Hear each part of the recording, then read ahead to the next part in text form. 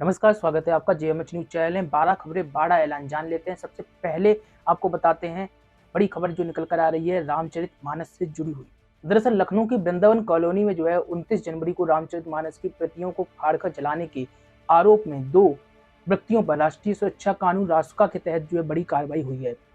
यह कार्रवाई पहले से जेल में बंद आरोपी सलीम और सत्येंद्र पर की गई है। रामचरितमानस की चौपाइयों के विरोध में उसकी प्रतियां जलाने पर पीजीआई थाने में पूर्व मंत्री स्वामी प्रसाद मौर्य सहित 10 के खिलाफ केस दर्ज किया गया था। इनमें से 5 को गिरफ्तार भी कर लिया पुलिस ने।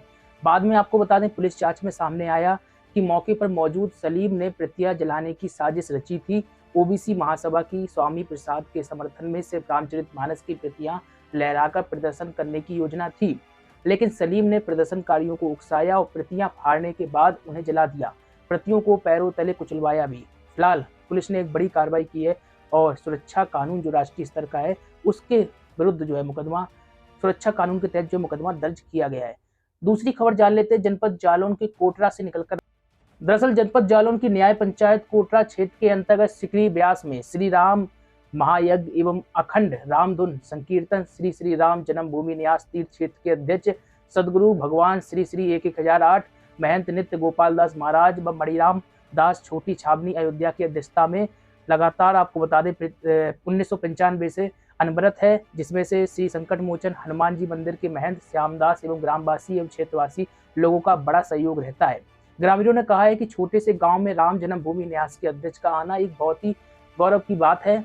आपको बता दें, कोरोना की वजह से पिछले 2 साल से यह शुभ काम नहीं हो पा रहा था, लेकिन इस बार जो है सिकरी ग्राम सिकरी से अटूट प्यार और स्नेह महाराज श्री को खींच लाया। ग्रामीणों का यह कहना रहा। भागवताचार्य रामशरण शास्त्री कोच, यज्ञाचार्य हरि मोहन पाठक उरई, पारिषद सुरेंद्र पाल सिंह परिहार, प्रवचनकर्ता पुरुषोत्तम दास पचौरी, राधा भारती, केशव दास महाराज आदि विद्वानों आदि श्रोताओं ने जो है आपको बता दें विद्वानों के मुख से जो है कथा सुनी। अब बात कर लेते हैं यूपी के मदरसा शिक्षा परिषद में सेकेंडरी, सीनियर सेकेंडरी, कामिल एवं फाजिल परीक्षा 2023 के लिए आवेदन पत्र और परीक्षा शुल्क जमा करने की अंतिम तिथि एक बार फिर से बढ़ा दी गई है। अब मदरसा बोर्ड के ऑनलाइन फॉर्म 15 फरवरी तक भरे जा सकेंगे। परीक्षा शुल्क जमा करने की अंतिम तारीख 10 फरवरी रखी गई है। प्राप्त जानकारी के अनुसार अब तक 96,292 छात्राओं की फीस जमा हो गई है। मदरसा बोर्ड के रजिस्ट्रार जगमोहन सिंह ने परीक्षा शुल्क और ऑनलाइन फॉर्म भरने की संशोधित आदेश को जारी किया है। अब बात कर लेते हैं उत्तर प्रदेश लोक सेवा आयोग यूपीपीएससी जजों की नियुक्ति के लिए परीक्षा का आयोजन कर रहा है, जिसे लोग यूपीपीएससी जे के नाम से जानते हैं। कानून की डिग्री से लेकर जो भी उम्मीदवार सिविल जज की परीक्षा की तैयारी कर रहे हैं और 12 फरवरी को होने वाली इस परीक्षा में बेहतरीन अंक लाकर उत्तर प्रदेश में न्यायाधीश बनना चाहते हैं, उनके लिए बहुत ही उपयोगी जानकारी सामने आई है। आपको बता दें, इस बार 303 पदों के लिए पीसीएस जे की परीक्षा हो रही है। इनमें से 123 पद सामान्य वर्ग के लिए हैं। पिछड़ा वर्ग यानी कि ओबीसी के लिए कुल 81 पद, जबकि अनुसूचित जाति के लिए 63 पद आरक्षित किए गए हैं। वही ईडब्ल्यूएस यानी कि जो आर्थिक रूप से कमजोर हैं, वो ईडब्ल्यूएस कोटा के तहत भी जो है 30 पद रिजर्व किए गए। बाकी बचे पद अनुसूचित जनजाति, भूतपूर्व सैनिक, स्वतंत्रता संग्राम सेनानी, महिला और दिव्यांगजनों के लिए भी पद आरक्षित किए गए हैं। अब बात कर लेते हैं जो भाजपा की पूर्व सांसद और राम मंदिर आंदोलन से जुड़े रहे रामविलास वेदांती ने समाजवादी पार्टी प्रमुख अखिलेश यादव पर एक बड़ा हमला बोला है।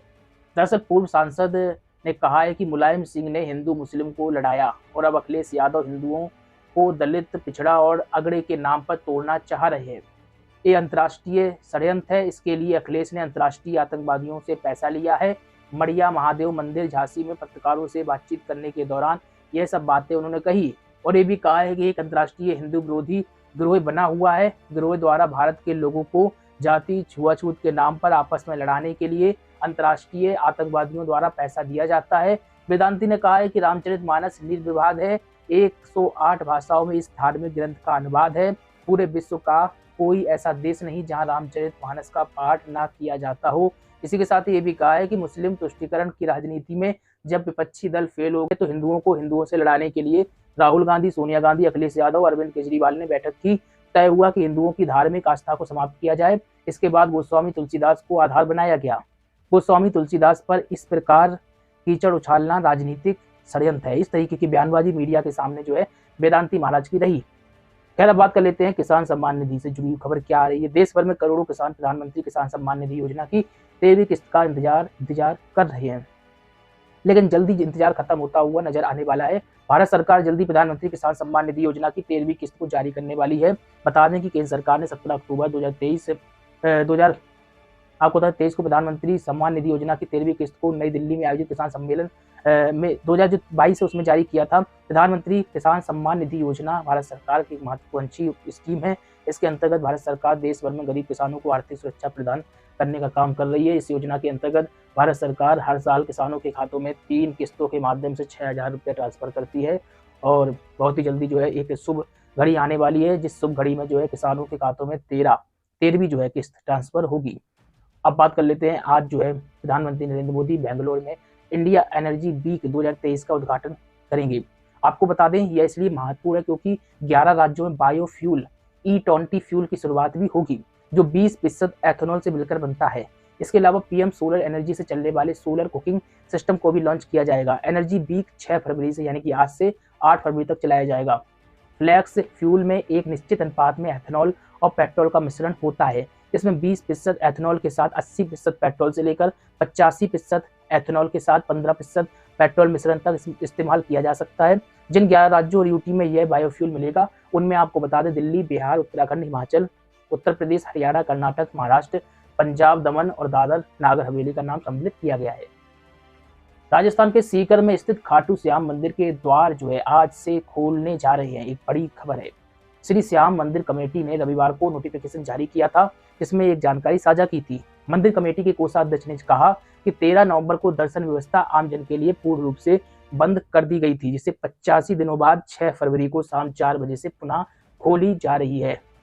अब बात कर लेते हैं केंद्र सरकार के कर्मचारियों और पेंशनर्सों के लिए गुड न्यूज आ रही है। दरअसल केंद्र सरकार महंगाई भत्ता यानी कि डीए को मौजूदा 38% से 4% बढ़ाकर 42 कर सकती है। इससे 1 करोड़ से अधिक केंद्रीय कर्मचारियों और पेंशन भोगियों को लाभ मिलेगा। इस उद्देश्य के लिए एक फॉर्मूला पर सहमति बनी है। फॉर्मूले के तहत महंगाई भत्ते में 4% का इजाफा किया जा सकता है। अभी अगर किसी कर्मचारी की बेसिक जो है सैलरी 18,000 रुपये है तो 38% के हिसाब से उसे 6840 रुपये डीए मिलता है। अगर डीए 42% हो जाता है तो कर्मचारी को जो है महंगाई भत्ते के तौर पर 7,560 रुपये मिलेंगे, यानी कुछ 720 रुपये अधिक मिलेंगे।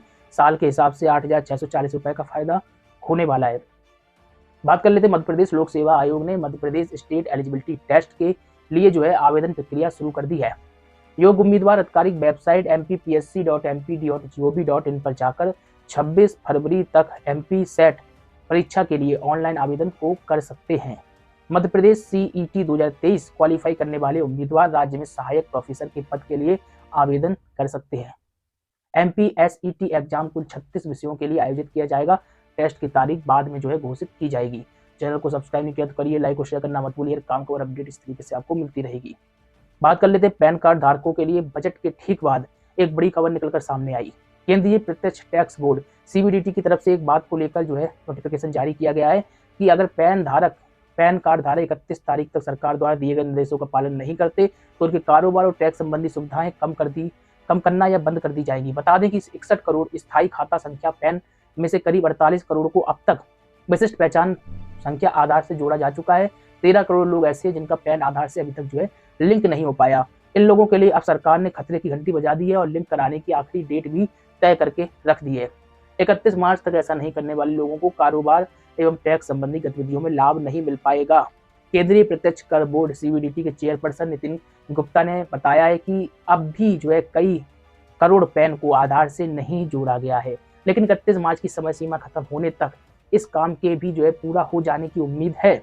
सरकार ने पैन को आधार से जोड़ना अनिवार्य किया है। इसके लिए 31 मार्च 2023 की समय सीमा तय करते हुए कहा गया है कि आधार से नहीं जोड़े गए व्यक्तिगत पैन इस तारीख के बाद निष्क्रिय घोषित कर दिए जाएंगे। इसके साथ ही जो है सरकार ने कहा है कि मौजूदा समय से जो है 31 मार्च के बीच पैन को आधार से जोड़ने के लिए 1000 रुपये का शुल्क देना होगा। अब एक बड़ी खबर आ रही है शिवरात्रि से जुड़ी हुई। इस बार महाशिवरात्रि 18 फरवरी 2023 को है। ये पर्व फाल्गुन मास में कृष्ण पक्ष की चतुर्दशी तिथि को मनाया जाता है। शिवरात्रि के दिन भगवान शिव और माता पार्वती का विवाह हुआ था। मान्यता है कि महाशिवरात्रि के दिन व्रत रखकर पूजा करने से जीवन की सभी परेशानियां दूर हो जाती हैं। साथ ही दाम्पत्य जीवन में भी प्यार बना रहता है। इस दिन लोग पूरी आस्था और भक्ति के साथ भगवान भोलेनाथ को प्रसन्न करने की कोशिश करते हैं। आपको बता दें भगवान भोलेनाथ को पसंद आने वाली चीजें जैसे कि भांग, धतूरा, बेलपत्र और आग के फूल जो भक्तों द्वारा श्रद्धा सुमन के साथ अर्पित किए जाते हैं। लगातार बने रहिए 12 खबरें 12 ऐलान। आपको कैसे लगे कमेंट बॉक्स में बताइए। फेसबुक पेज पर देख रहे हैं तो पेज को भी लाइक और फॉलो कर लीजिए।